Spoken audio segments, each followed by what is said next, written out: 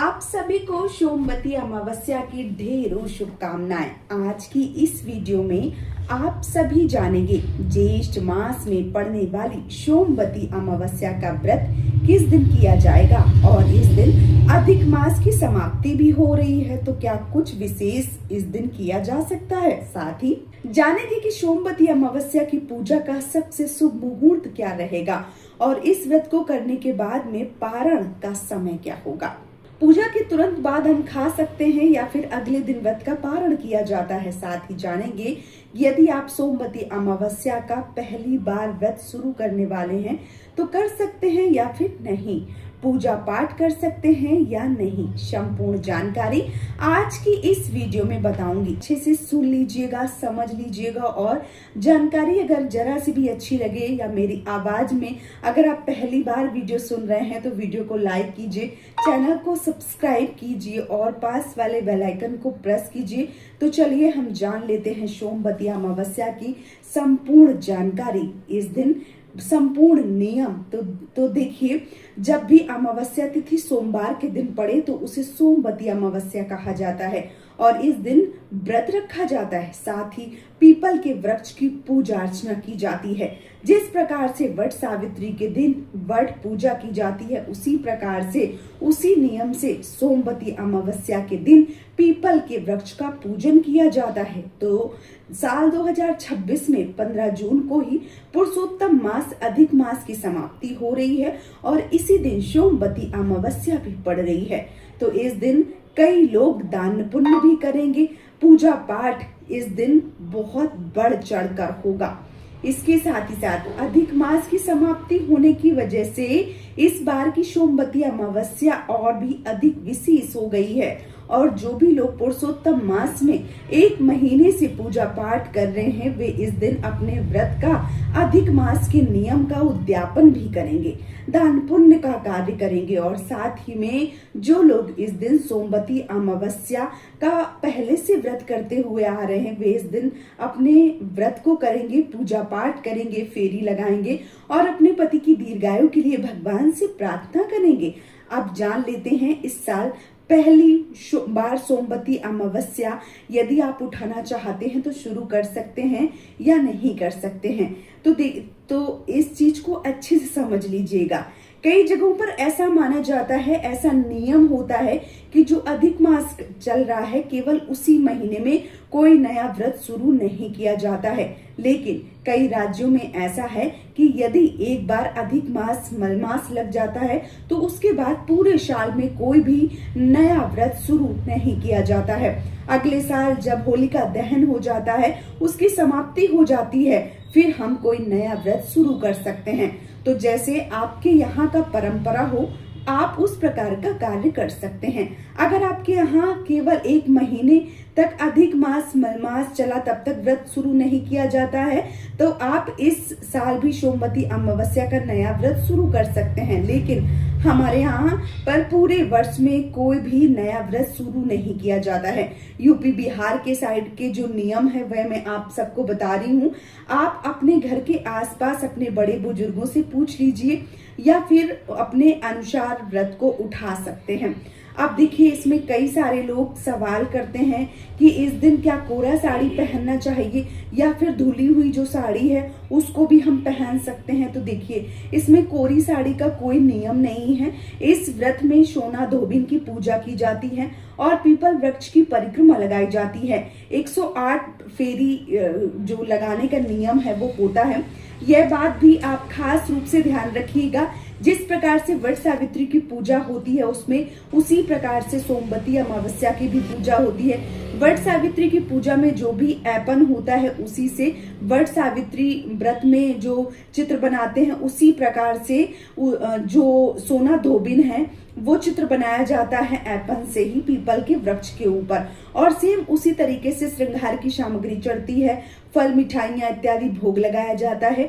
और अमावस्या की तिथि है तो आप चाहें तो खीर का भोग लगा सकते हैं, ये सर्वोत्तम है। उसी प्रकार से पूजा होती है, फेरी लगाते हैं। आप जो फेरी है वो किसी भी चीज से लगा सकते हैं। आप अपने हाथ में शिनोरा लेकर फेरी लगा सकते हैं, सिंदूरदानी से, आप चाहें टॉफी से, इलायची से, कोई मीठी वस्तु से, बतासे से या श्रृंगार की चीजों से, जो भी चीजें आप ले रहे हैं उससे आप फेरी लगा सकते हैं।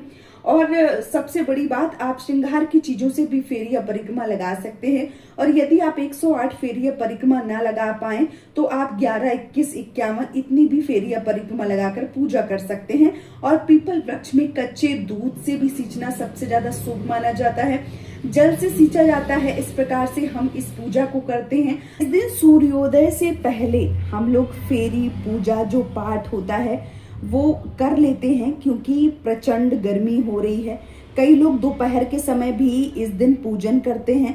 तो आप देख लीजिएगा आसपास जिस तरह आपके यहाँ पूजा हो रही है उस समय भी आप पूजन कर सकते हैं। सोमवती अमावस्या का जो व्रत है वो अपने पति की दीर्घायु और अखंड सौभाग्य की प्राप्ति के लिए किया जाता है।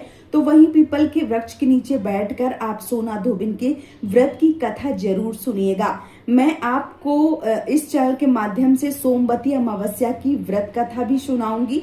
तो आप अगर इस चैनल से जुड़े रहेंगे तो आपको कथा जो है वो भी सुनने को मिल सकती है। व्रत कथा सुनने के बाद आप पूरे मन और भाव से आरती कर लेते हैं। इस दिन श्रृंगार की जो सामग्री होती है आप चाहें तो ब्राह्मण को या किसी सुहागन महिला को या मंदिर में भी दान कर सकते हैं। वैसे तो अमावस्या तिथि है तो आप अपने पितरों से निर्मित पशु पक्षी या मछलियों को आटा भी खिला सकते हैं, गाय को आटा खिला सकते हैं।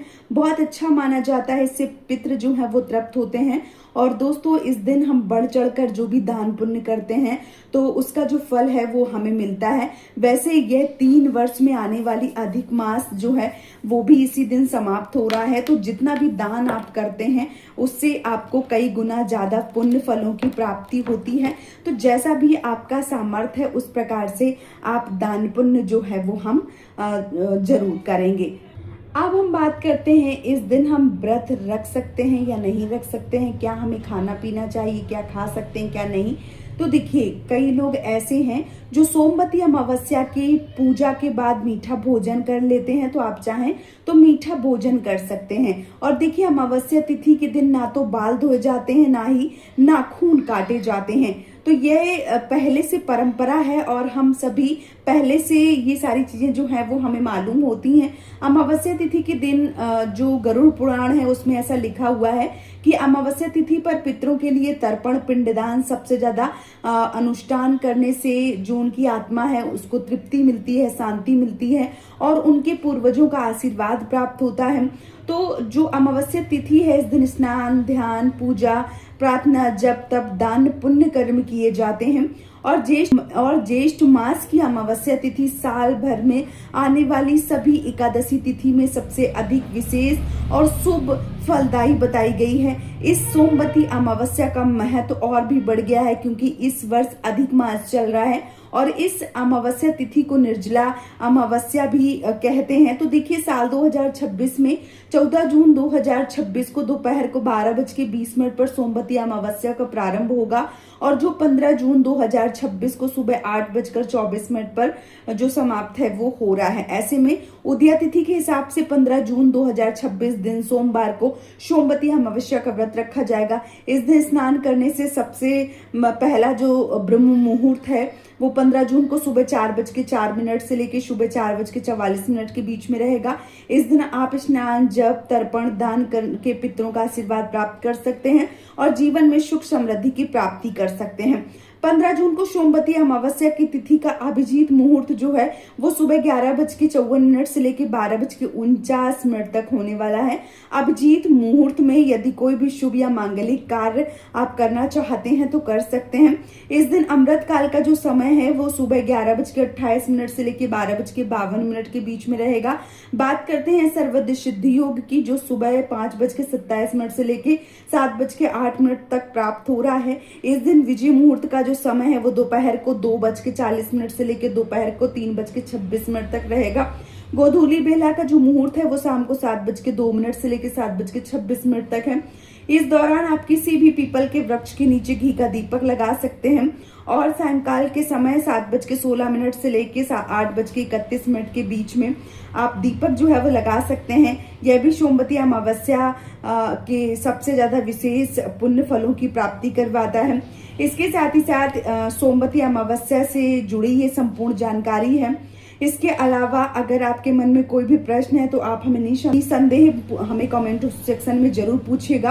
मैं आप सभी को रिप्लाई देने की पूरी कोशिश करूंगी। वीडियो पसंद आया है तो वीडियो को लाइक करके हमारे चैनल को सब्सक्राइब कर लीजिएगा, क्योंकि आने वाले दिनों में बहुत अच्छे पर्व और त्योहार पड़ रहे हैं जिनकी संपूर्ण जानकारी नोटिफिकेशन के माध्यम से आप सभी को समय से पहले ही प्राप्त हो जाएगी। सोमवती अमावस्या की सरल पूजा विधि भी मैंने आप सबके साथ शेयर करी है, तो आप वो भी देख सकते हैं। आप सबको ये वीडियो कैसा लगा है आप हमें जरूर बताइएगा, और यहीं पर मैं इस वीडियो को विराम दूंगी और आप सबसे आज्ञा चाहूंगी। बहुत जल्दी मिलूंगी आप सबसे एक और नए वीडियो के साथ में।